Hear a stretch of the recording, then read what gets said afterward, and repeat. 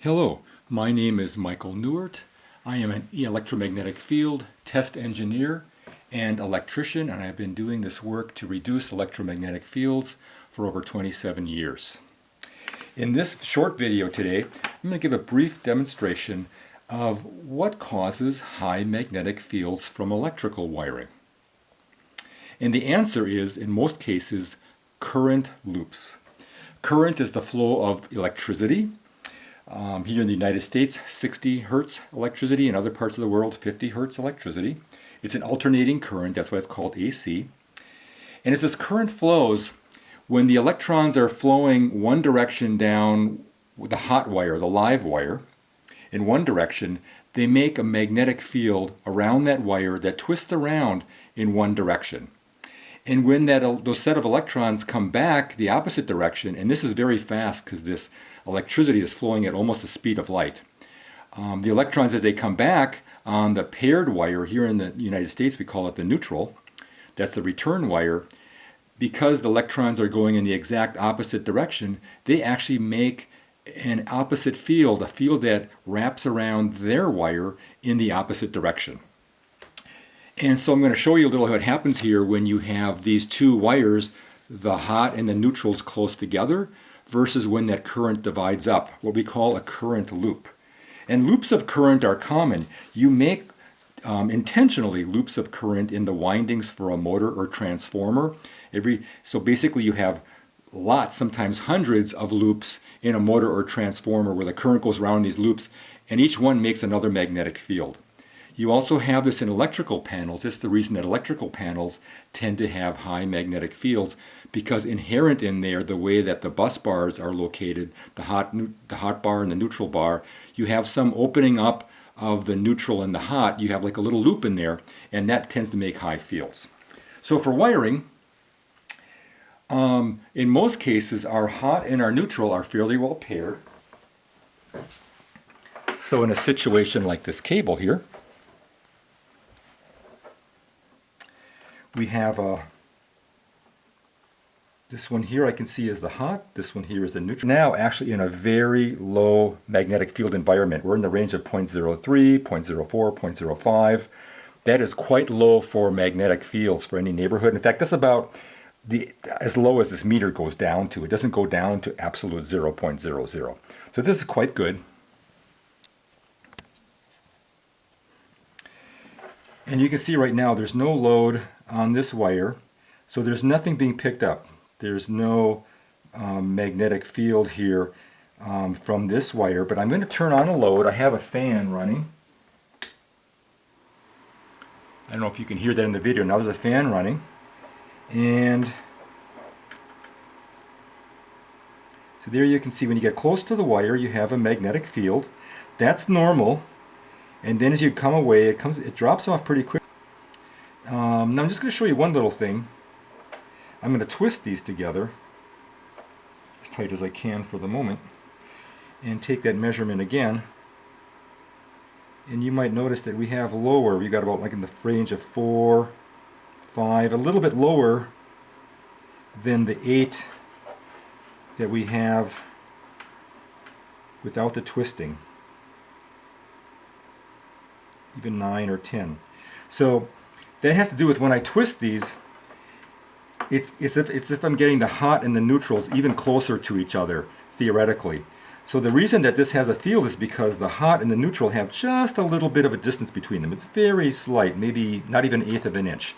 But there's a little bit of a loop in here where the one current comes in on this hot wire, comes back on this neutral wire, and there's just that little gap between the two wires in there. So right now we've got a very low field from this wire, even though there's a load on it. There's actually a fan is running through this.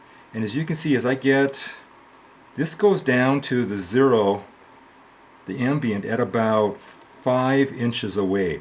This happens with electrical wiring a lot. Typically when you get 6 or 12 inches away from the wiring, you're pretty much out of the field of the wiring, because if the hot and the neutral are balanced, then you have, on the hot wire, you have a field that wraps one way. On the neutral wire, you have a field that wraps the other way. And the two wires are so close that those two fields almost cancel each other. But now I'm going to show you what happens in houses when you have a wiring error. Often this is a neutral to ground fault, or a neutral fault from one circuit to another neutral. Sometimes there's stray currents in plumbing. There's a variety of things. It's usually neutral to ground faults where some of the neutral recurrent turn current is not coming through the proper wires. Now for this demonstration, all I'm going to do is I'm going to separate this hot and this neutral wire right here in the cable so I can open them apart, and I can show you what happens if the hot and neutral are not in close proximity, or if there's an imbalance of electrical current, or a loop basically. There we go. Just going to pull that apart.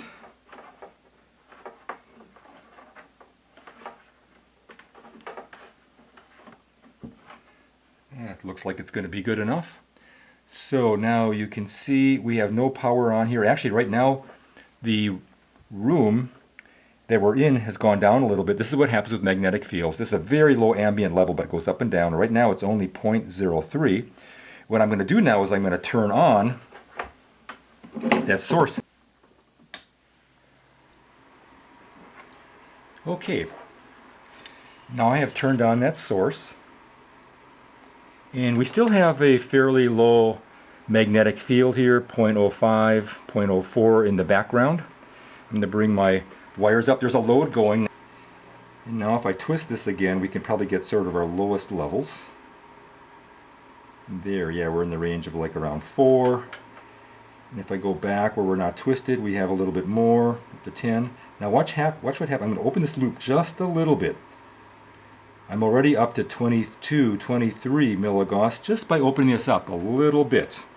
It's going to depend on the proximity to this outer wire here, but you can see now when I have a loop, because the hot and neutral those currents are separated from each other. Here's they're close.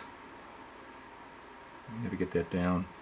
So even at a distance here, so at this distance where right now there's very little field, less than 0.1. At that same distance, if now I open up this loop, we have 2, 3. There's not much current on here, and I have quite a magnetic field, and now I have to go probably several feet away to get away from the magnetic field. So what you have here is a relatively low field, relatively good canceling of the hot and neutral fields. Right there, when I have the hot and neutral close together, and if I open that up, it makes more and more. There's 2. So you can see we get quite 10.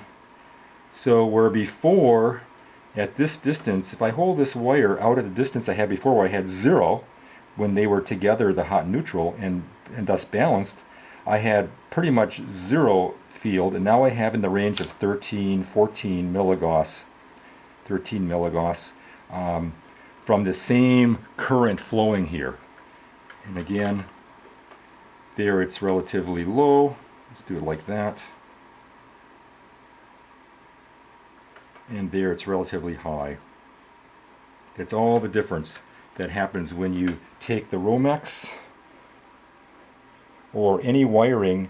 If you do not have complete total balanced, the same amount of amps going on one direction on the hot, if that's not the same as the amount of amps going the opposite direction on the neutral, then you have basically a net current.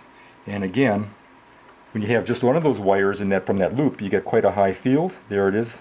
We're in the range of... Okay. Now we still have our fairly low ambient magnetic field under 0.1 milligauss, only 0.07 right now. And I have taken our wire, which is carrying a current, it's actually powering a fan on the other side of the room. You can see the field is still there if I bring it close. There's a field there.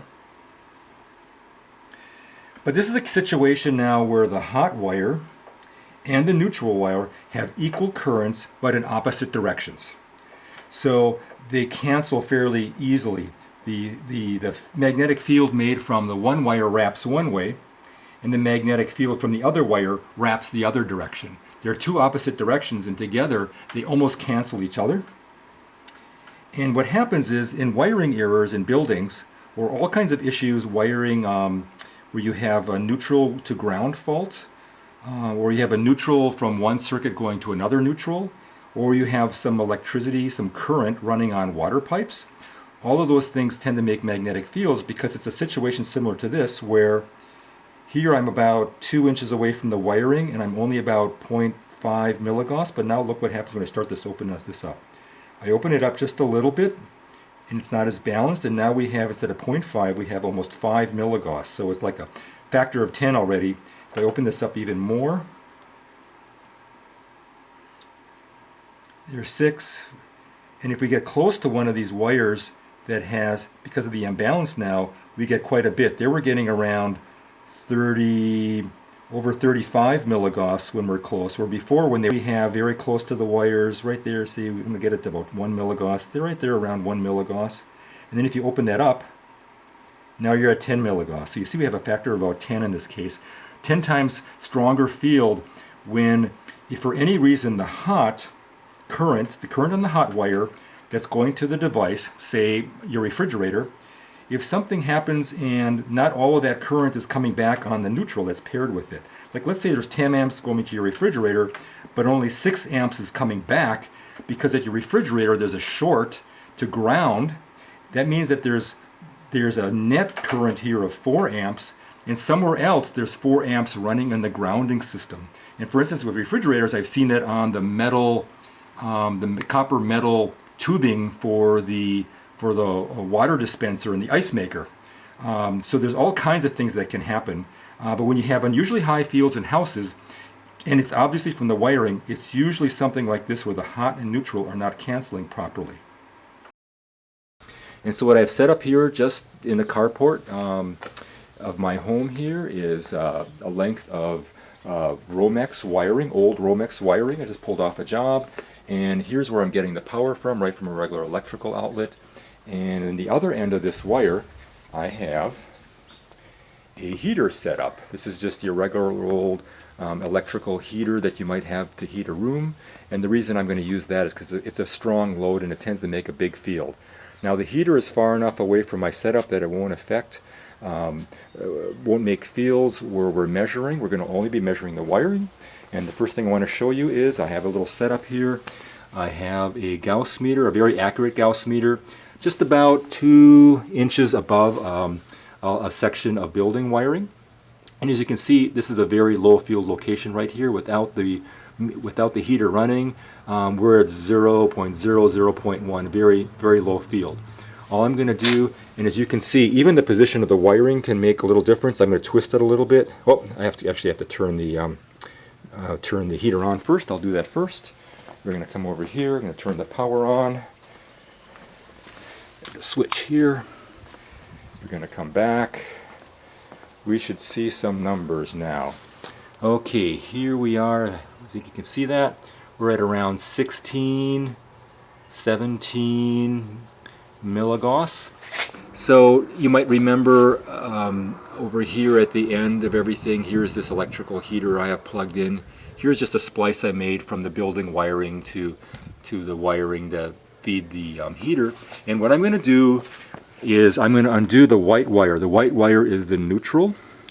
And what happens in buildings, this happens in real life very often, where the electricity that comes in the black goes over to the, say, the heater or a light or whatever. It comes back. It's supposed to come back on this white and continue on. And there's two currents. One comes this way, one goes this way, and they perfectly cancel each other. One makes a field, well, not almost perfectly.